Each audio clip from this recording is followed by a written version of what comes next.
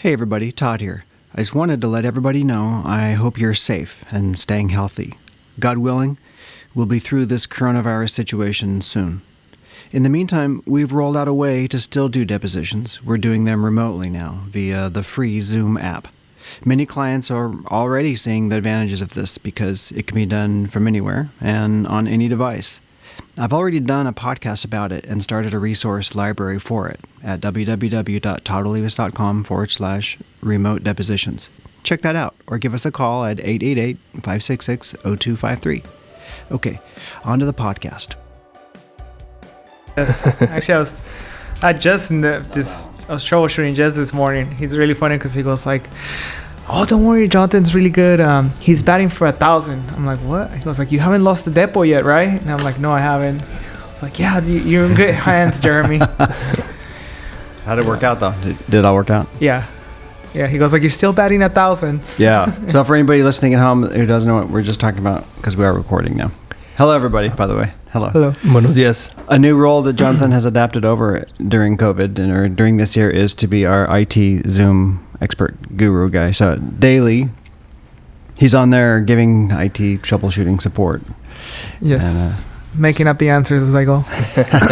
Sometimes it's easier than others, right? Yeah. What are some of the common problems that you face like repeatedly? Usually, but one of the big ones, echoing during the Zoom. Mm-hmm. There's echo in the audio, or no audio at all. The microphone usually happens when they're using like the iPhone or something like that.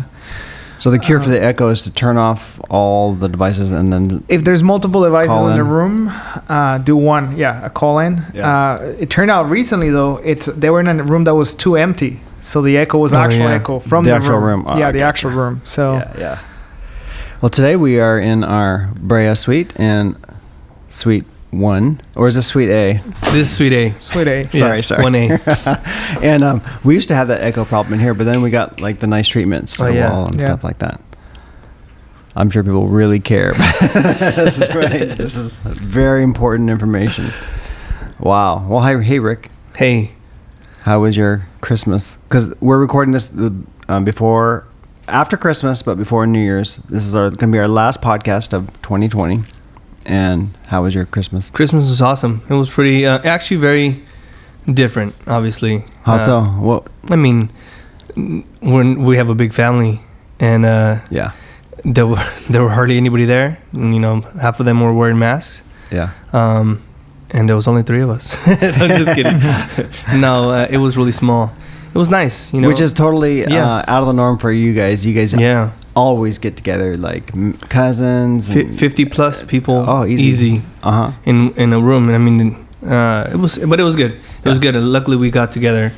It was a very little amount of us, but we're feeling grateful for that. Yeah. What's the thing you guys go from house to house? Novena. Novena. Did you do anything like that at all this time? We did just in the last day. It was a Zoom novena.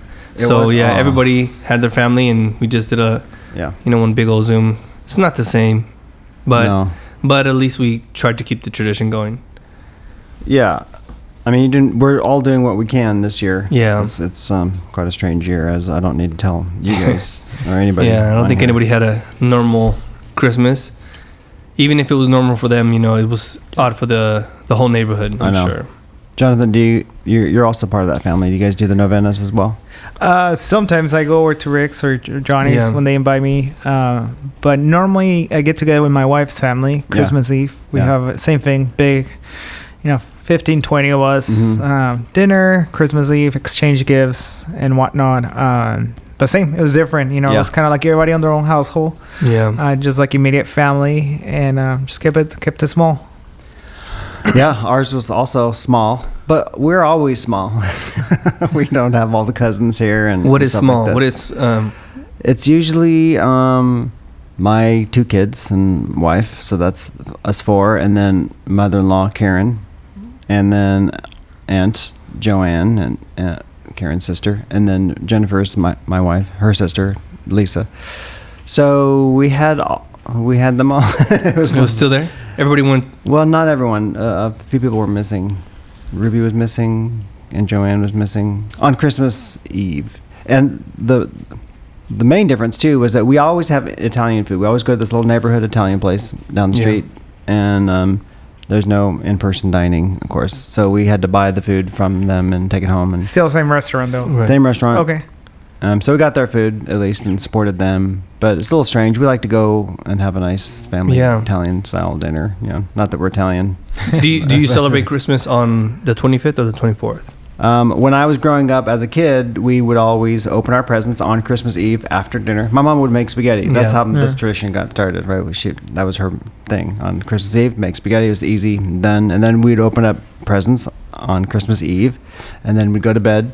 And then in the morning, Santa would have come, and we would see what Santa brought. And I'm told that's really weird. So when I got married, I was told that was really weird. So we don't do it like that. We save everything for Christmas Day to wake up, open presents, and see what Santa brought. Yeah, we do 24th, and then we wait till midnight, and then everybody starts opening presents. Are you serious? Yeah. The kids can stay up that late? It's the one night that they can. That's awesome. Yeah. My kids stay up late. When we stay up late, they just like to stay up late. But then this year, we did it on the 25th. My wife's side of the family came over, and we all celebrate on 25th. They're more in that tradition than my side of the family. Yeah. Does Santa Claus still come to your house? Yeah. Of course. Yeah. We have to. It was. I had to pack my closet with all the presents and wait. And little by little, my wife was packaging wrapping the presents. Yeah. And it was, So spoiler alert for any underage kids. Don't listen beyond this point. Let's add a spoiler alert notice before at the beginning of the podcast. Yeah. Close your ears from here on. He doesn't exist. What about you? You too? Same. Normally we do it with the extended family. We exchange gifts, open gifts on the 24th. Yeah. On the eve, and then on the 25th in the morning, Santa comes for the kids, and then we exchange gifts with the immediate family, my in-laws, my sister-in-laws. So this year we did it different since it was smaller, so we just opened all of our gifts on the 24th. Were you out of town, by the way, or were you here? No, I was home. Yeah. And then Santa came for the kids on the 25th. Yeah. So a couple years ago, we got smart and we stopped unwrapping individually the Santa presents, because it would be me until 3 a.m. on the 24th. So now I just get one of those really big bicycle bags, that you can, and that's where we shove everything. Really? Yeah, because that's how Santa carries stuff in big sacks. That is so smart. So, think about each kid gets one. We put a big label on it, and done. Wow. That's great. Wow. But also the joy of opening presents is lost through that, don't you think? No, they open presents from the family. They've opened their own presents. It's cool. Just that Jonathan doesn't have to stay till 3 a.m. I know. That's true. Plus, I don't know how it ended up being me. I'm the worst. I'm a really bad gift giver, but I'm also the worst gift wrapper. Me too. I rip the paper, and it's like, it's just awful. I don't know how it ended up being me that was in charge of that. I'm horrible too. Yeah. So I don't even help my wife anymore. I just let her do it. I carry the presents. Yeah. And into the room. Pay for them. I pay for them. Yeah. No, I'm just kidding. You finance the operation. Yeah. Mine always look like Edward Scissorhands had tried to wrap it. I always just give gifts on bags. Bags and the little tissue paper. Oh, that's my favorite. Boom, me too. But recently I discovered in the 99-cent store they have the Christmas boxes. Yeah. The little holiday boxes. Yeah. So I just put it there. Pop them in there. Jonathan, all his secrets are being unleashed right here. Yeah. You want someone to find a good, easy way to do it? Hire a lazy person. Yeah. Boom. Boom. I'm your man. Yeah. Remember when Macy's and them, they would wrap it for you? Still do. They still do?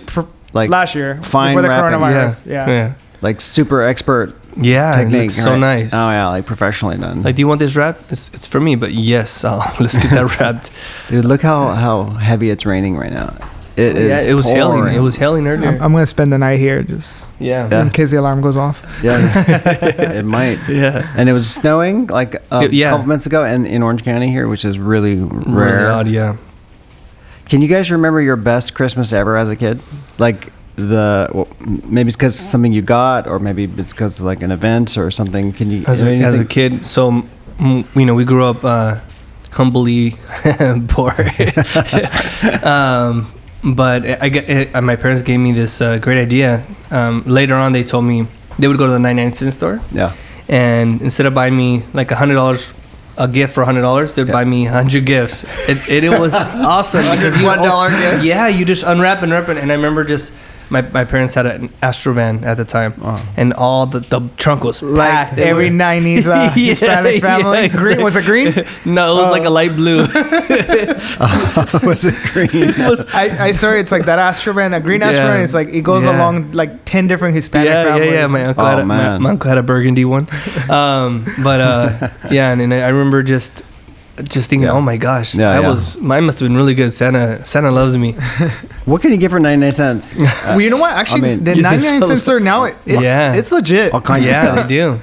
It's pretty cool. Yeah, toys. And Dollar Tree too. Toy and Dollar Tree. Well, and the 99 cents are now, remember they have like special buys, they're called. So it's like it's $1.99, $2.99, but it's stuff that normally $6-7. So it's actually pretty cool. Yeah. And I mean, my kids are still young enough to where it really doesn't matter. Yeah, you know? Yeah, exactly. They just want to open up something and play. That's fun. This is a fun age right now. What about you, Jonathan? What was your favorite Christmas? You know, I had a lot of good Christmases, but I remember when I moved to the States, so I already knew Santa wasn't real. I had found out the year before at 16. Yeah. But so the very first Christmas that we had here was rough. Money was really tight. And I remember my dad sending out money to apply for a credit card. They told me, send out $200, $199. Yeah. And you get this credit card. And the credit card will be for like $500-600. And so my dad told my mom, sold her on the idea. It was like, if we send this money, we can get this credit card and then use it to buy Christmas gifts. Well, it was all fraud.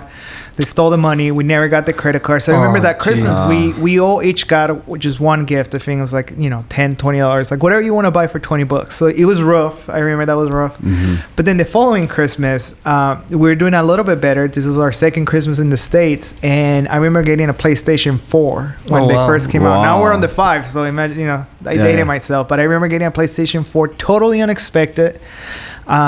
And that was pretty legit. Those are $300 or $400 probably. Right? Yeah. It was probably like $400. So it was pretty cool. It was, because it was unexpected. I wasn't asking for it. The credit card finally showed up. Yeah, after a year. So that was a fun Christmas. Did it come with games too? Yeah, a couple games. Wow, and cool. So it was fun. What game does it come with, by the way? Mario? It always comes with Mario Kart or something like that. No, I don't even know anymore. Probably Call of Duty. It's like the big thing. Yeah. Fortnite. Oh, yeah. I'm not going to lie. I don't play video games. So I just bought my son, right before the PS5 came out, I bought him a PS4. It's so dumb. Can you return it? No, I didn't even ask. The guy was like, oh, yeah. Oh, yeah, get this, and you should get these games. And I'm like, oh, cool. My kid's going to love it. Yeah. Later on, I hear about the PS5. Oh, this is a great sale. Why are you guys clearing all this stuff out? Do you need the space? Yeah. No. No, please. They're flying off the shelves. I just like you a lot. Yeah, these things are flying off the shelves. But for Giovanni, he's stoked. Yeah, he loves it. Yeah, it's awesome still. He enjoys it. I mean, yeah. He gets a little too much into it. Somebody's moving their furniture in an open bed pickup truck right now, and it's pouring rain. That sucks. That is. Hey, my best Christmas, I think, probably was when I was 5 or 6. Yeah. And my grandparents were visiting, so that was fun because they were from out of state, and so it's always a little more special. And then my gift was my mom had conspired with our next door neighbor to get the same gift for me and the other, the neighbor kid. And what it was the green machine, which was a little ride on kind of little like a little you steer kind of thing. You steer with these two like handles that are by your like hips kind of thing. Yes, and then you pedal with your feet, right? And they're green, and it's called the green machine. And they skid out. And those things are still around. So my neighborhood kids got it. Yeah, those things are legit. Yeah, it actually just came out. A Razor just came out with a new one. Oh really? Yeah, and it goes I think I want to say 15 miles an hour. And then when that's fast. And we were talking about it last night. But you actually hit when you skid out. Yeah, it spins out like those. Wow. Yeah, it's like a video game. That's amazing. And so my mom said, "All right, go have fun, but don't let any other big kid, because there's a lot of big kids in my neighborhood ride it, right?" And so I'm out there, okay, no problem. And then sure enough, immediately a big kid comes up and wants to ride it, and I'm like, I'm too shy or scared to say no, so I get off, and he gets on, and immediately he breaks the seat. And not off, but just enough where the crack in the seat would pinch my butt from then on. Oh yeah. So you learn your lesson. I learned my lesson the hard way. You're scarred for life. Wow. Yeah, I think I've told that story on here before. No, I never heard of it. No. Wow, good. Really, this is the good material right now. This is all coming out now. 2020. Here we go. Man. This is the secret to our podcast. Is that what you see sideways now when you're in a chair? I know. Yeah. Yeah. We always thought it was because your wallet, but. Not anymore. Not anymore. No. So the butt pincher. And so I got my son a green machine a few years back, and he loves it too. Or loved it. He outgrew it. So.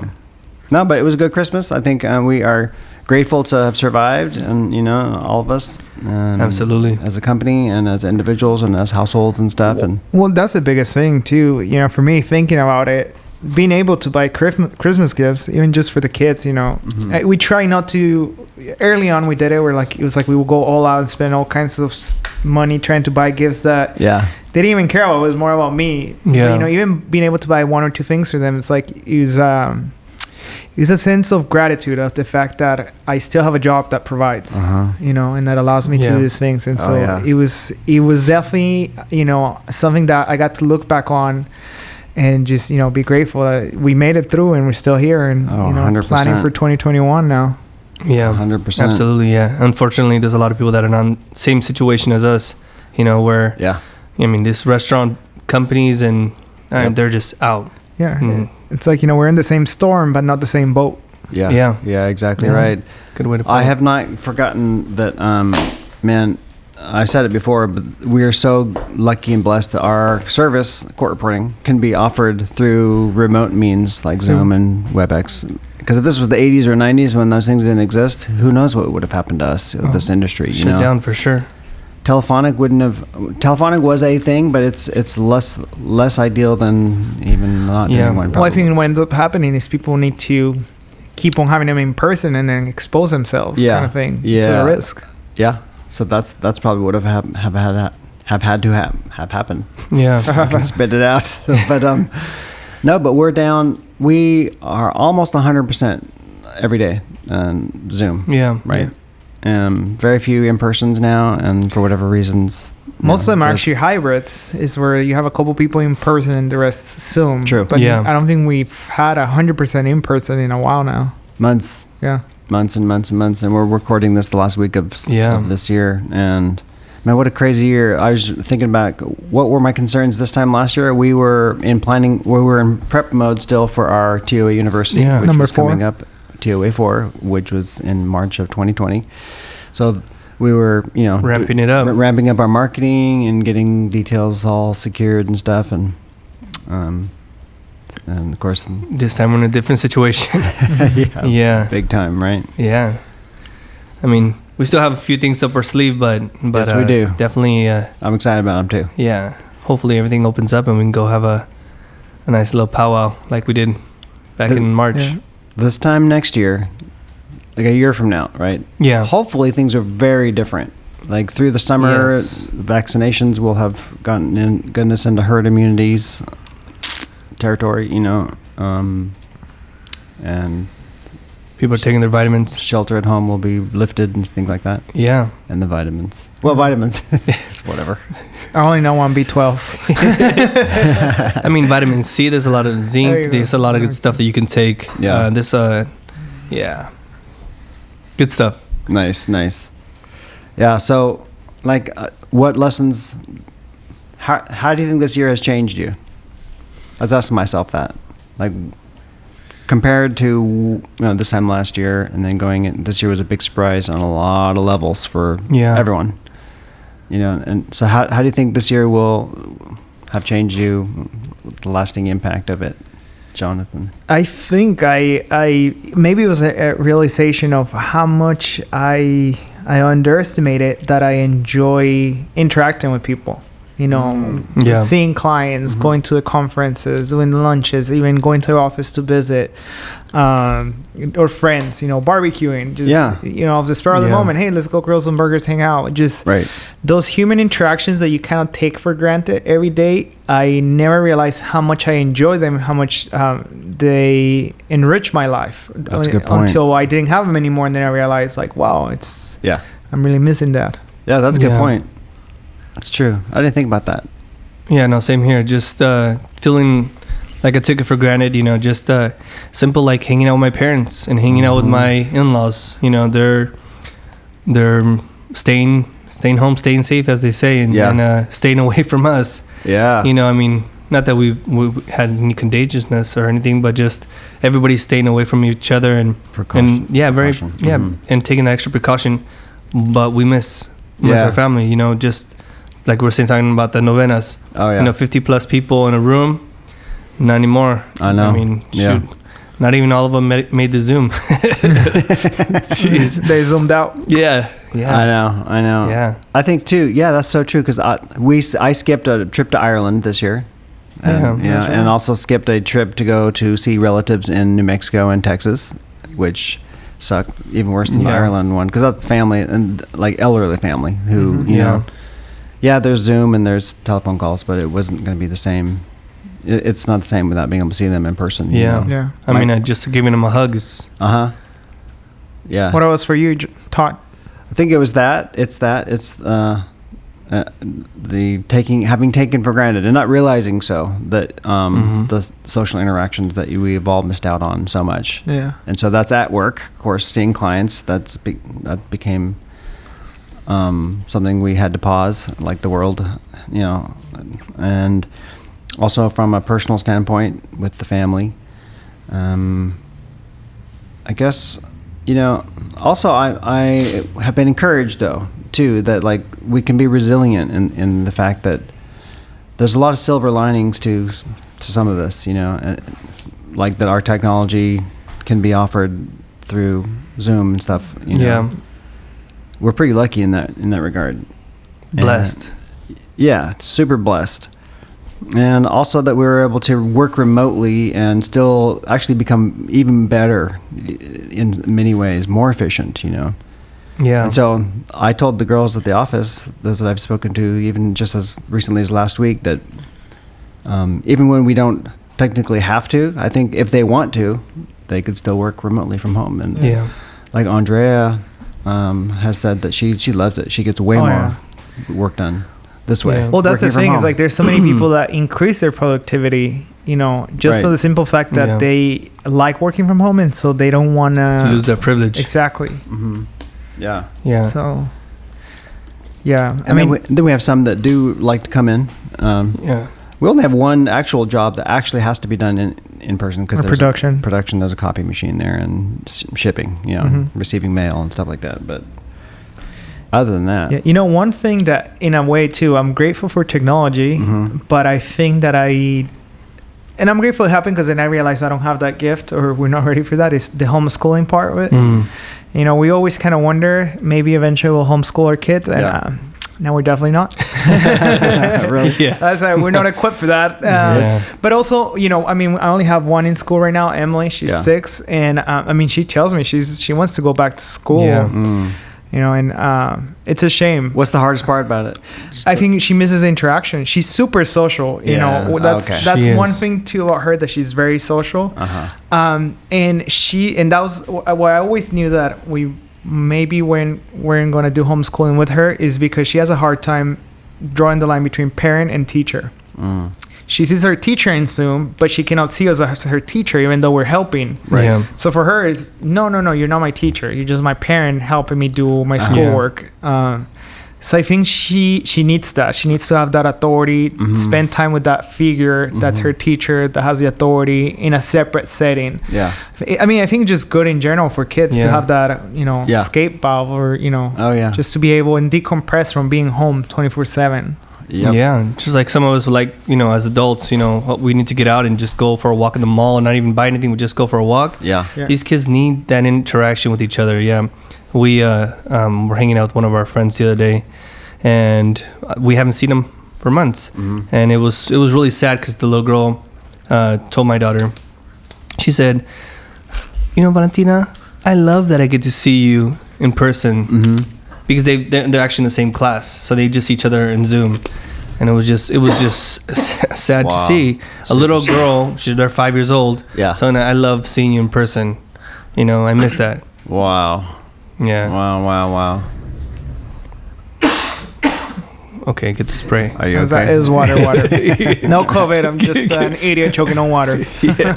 And you're emotional over here. The Aquafina. We all stopped and staring at him.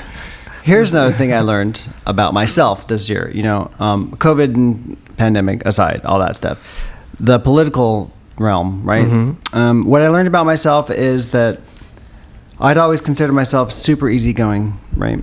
And like go with the flow and whatever. But for some reason this year, I really realized something in my own self. And that was when I'm reading something online and social media, usually, you know, of course, where it is, when it's not agreeing with me, that sometimes, especially if it's not just some random people, but if it's somebody who I know, you know, who's saying something about a source that you trust already. Yeah, someone who I know, and they're taking one side or the other, and I won't say which, but anyway, it will really get under my skin, like fast, like super, like I'll already be crafting my response, my rebuttal to them. In my own mind, I'll be showering, thinking about how I'm going to word it, you know what I mean? So that I can own them. Yeah. So I have this like vindictive, like little streak in there within deep inside of me that like, fortunately I always calm myself down and I don't reply. Yeah. And I haven't gotten a reply. and I don't unfriend either. So it's like I've spent the time. Here's the silver lining of all that is that I focus rather than on trying to train them or teach them the truth. I'm looking at myself and saying, why does it get under my skin so bad? What in me is causing me to try and correct them? And why is it so hard to accept their opinion or their belief in a way?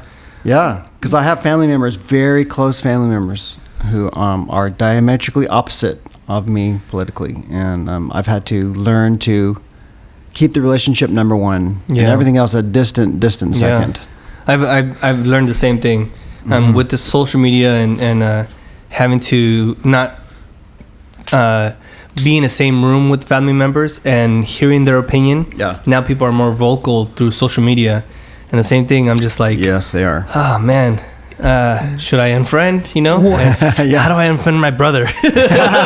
You know, but no. I mean, the truth is, respecting each other is one. That's where I've learned. Yeah. You know, I just gotta sit there and just respect their opinion. Yeah. But an opinion is a fact. Opinion is not a fact. Yeah. That's what I try to tell people. Yeah. Yeah. You know, as a very wise person told me once, if no one asks for your opinion, you don't need to give it to anyone. And that's kind of what you should try to remind myself. Just because they're posting their opinion doesn't mean I need to share mine. Right. Mm-hmm. Right. But it's super hard. You know, I lean conservative in many things, but I also I try to be a very logical thinker. So once I come to a conclusion, I believe something is because I've invested time researching, reading articles. I mean, you guys know me, and so I feel that once I've come to that educated decision, it's like I have enough facts to have a good point. So when someone has an opposite point of view than mine, it's natural for me to feel, well, you're wrong because you didn't invest as much time as I did. Right. Yeah. And same thing. It would just really quickly get, under my skin. And actually, probably for me, a silver lining was I just learned to spend less time on social media. Just period. That's good. Yeah. Just, the amount of people that will probably be able to change their mind or a Facebook post or an Instagram story is probably none, maybe one or two. But there's a bigger amount of people that will maybe upset or, put at odds by going into that. So I usually just use social media for humor, family. Yeah. And once it gets political or, very frustrating, just step off. I've seen people go crazy on Facebook saying, if you don't agree with this, then unfriend me now. Unfriend me now. And I don't care if you're family or if I've known you 30 years, it doesn't matter. I don't want anything. That's the opposite of where I want to go. Yeah. I find myself, when I do see one of those things, I just get off of social media and I go more into TikTok. Have you guys watched TikTok? Yeah. There's a lot of funny videos. I know. Actually, Jonathan introduced me to TikTok. It's addicting, right? You just go video after video. And you'll catch yourself. It's been 30 minutes, 40 minutes. Yeah. Is that for real? Yeah. Oh, no, it's hilarious. Some of the stuff is so funny. But yeah, when I catch myself like on Instagram or any other social media platforms, getting upset, or just thinking it's like, come on. Like, really? Yeah. Just go to TikTok instead. I actually got proud of myself because I've been able to really be around people who disagree heavily with me and get along great. Why are you looking at Rick? Yeah, he keeps looking at me. He's looking at me. So awkward right now. So awkward. I'm gonna go have to check my stories on Instagram to see what I put. No, but like around Thanksgiving, you're around people and family and stuff like that, or and then Christmas time too. So, but and also to not make them feel uncomfortable. Yeah, that's the other trick too. You know what I mean? Because ultimately, I want the relationship to be intact and to be held out as the real prize. Yeah. And winning and owning the meme wars is not the prize. Yeah. I definitely think that 2020 politically has stepped up in a game that's just, breaking people up, families. Yes. Yeah. Even in my own family, in my wife's family. I won't get into people's names or anything, but they're no longer talking because of their political views. Yeah. The respect isn't, it's not there anymore. Right. It's like, hey, I'm right and you're wrong kind of deal. Right. Yeah. A lot to chew on this year, huh? Yeah. There's nothing magic that happens too at the turn of the calendar on December 31st and January 1 either. So 2021 is still like 2020. In many ways, the pandemic's still here, the COVID. I think a lot of people are looking at it as a change the page kind of thing, like it's going to be magic. Better. And if you just think about it, every day's a magic, Hey, 2020 could end right now. We could just start 2021, our whole positive mindset. Yeah. Today, right now. We don't have to wait, until a week from now. Yeah. No, exactly right. So, man, well, I want to say I appreciate you guys for appreciate you, boss man, for pivoting like we did this year, because we had to learn how to change our whole business model like overnight in March of this year, right? And all our plans went out the window. March 19th is when the stay-at-home order happened. Yep. Wow. Was that, what day of the week was that? Do you know? Was that a Friday? It was a Friday. I thought it was a Friday too. Mine's March 16th, my birthday, so just a couple days after that. It was a Thursday. Thursday, yeah. It was a Thursday. Yeah, 2 days after Disneyland closed, I think it was. I remember like after our TOA University event, the very next day, it was a Saturday, and so I took my family, went up to Big Bear, and it was already starting to get weird there. Weird then.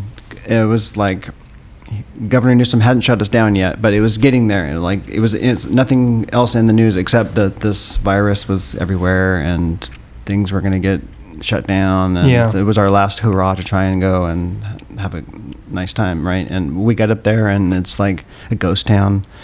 People are like, it just felt freaky, like the first few episodes of The Walking Dead when it's the zombie apocalypse just happened. Tumbleweeds going down the street. It was strange time, surreal. Yeah, definitely that first month was super odd. I remember going out just one time, and everything was, there was no one anywhere. Yeah. And we live in Southern California where there's a lot of people. Yeah. We're in city, there's a lot of people and it's empty. Yeah, even traffic died down and they were saying, the atmosphere is clearing up. Mm-hmm. Pollution is going away, and it's like all these positive. Everybody was in line at Costco buying toilet paper. So funny. For Christmas, I got my son this little 3D printer called the Toy Box. Okay. Cool. Tiny little one. And it's for kids, right? But anyway, one of the little toys you can make on there. You can make anything you want, but one of the ones that comes pre-programmed with, you just press a button and it's print out this tiny little roll of toilet paper. And it's going to be a Christmas ornament. So cool. We'll put it on our tree. 2020 pandemic reminder. Yeah, you don't even have to put 2020 on it. Just put the toilet paper. Yeah. Everybody knows. Everybody knows. That was the year. Wow. All right. Well, unless you guys had anything else, I just thought we would. No, but we're grateful for you too, Todd. Thank you. Just being an innovator and just moving forward in our industry and teaching our competitors as well to move on, because, we're not going to be the only court reporting agency out there, and better to be friends with our competitors and help each other out. And you being on the board teaching, no giving up. It could have been easy to just say stop. But we all need each other, and so we appreciate you and your efforts to keep our industry alive. What's so cool is that on I guess it was Christmas Eve day or something like that, I'm on the board of the Deposition Reporters Association and DRA, and one of the other board members, who's also an agency owner, had earlier in the day asked for my address, so I thought, oh, she's going to send me a card or something like that. Well, later on the same day, I'm opening up my garage to go on a bike ride with my son, and all of a sudden she's out in front. She's coming out and she's handing me some cookies, some homemade cookies that she baked. Wow. And she'd driven all the way from her home and, a million miles away. And it was just so cool. And it's awesome. A friendship with, well, your competition is during the daytime, but ultimately, if we're on the same side of the industry side, that's cool too. Yeah, that's right. Absolutely. All right. Well, signing off for our last podcast for the year. 2020. See you 2021. History Toilet books. paper. See you tomorrow, 2021. Bye-bye. Thanks, everybody. Bye, guys. Bye-bye. Hey, it's Todd. I just want to let you know this TOA Storytellers podcast episode is sponsored by my company, Todd Olivas and Associates. We've been supplying court reporters for depositions since 2003. If you're an attorney and need a reporter anywhere in California, we've got you covered. We're on a lot of preferred vendor panels already, but if we're not on the ones you have, usually a simple inquiry from you to your TPA or employer does the trick. Or if you work at a TPA or employer, please ask your defense attorneys to give us a try on one of your files. We've been known to treat our clients like family, and we would love a chance to work with you next. To schedule a deposition, simply call 888-566-0253 or visit www.toddolivas.com. That's www.toddolivas.com. Thank you, and hopefully we'll see you at your next deposition.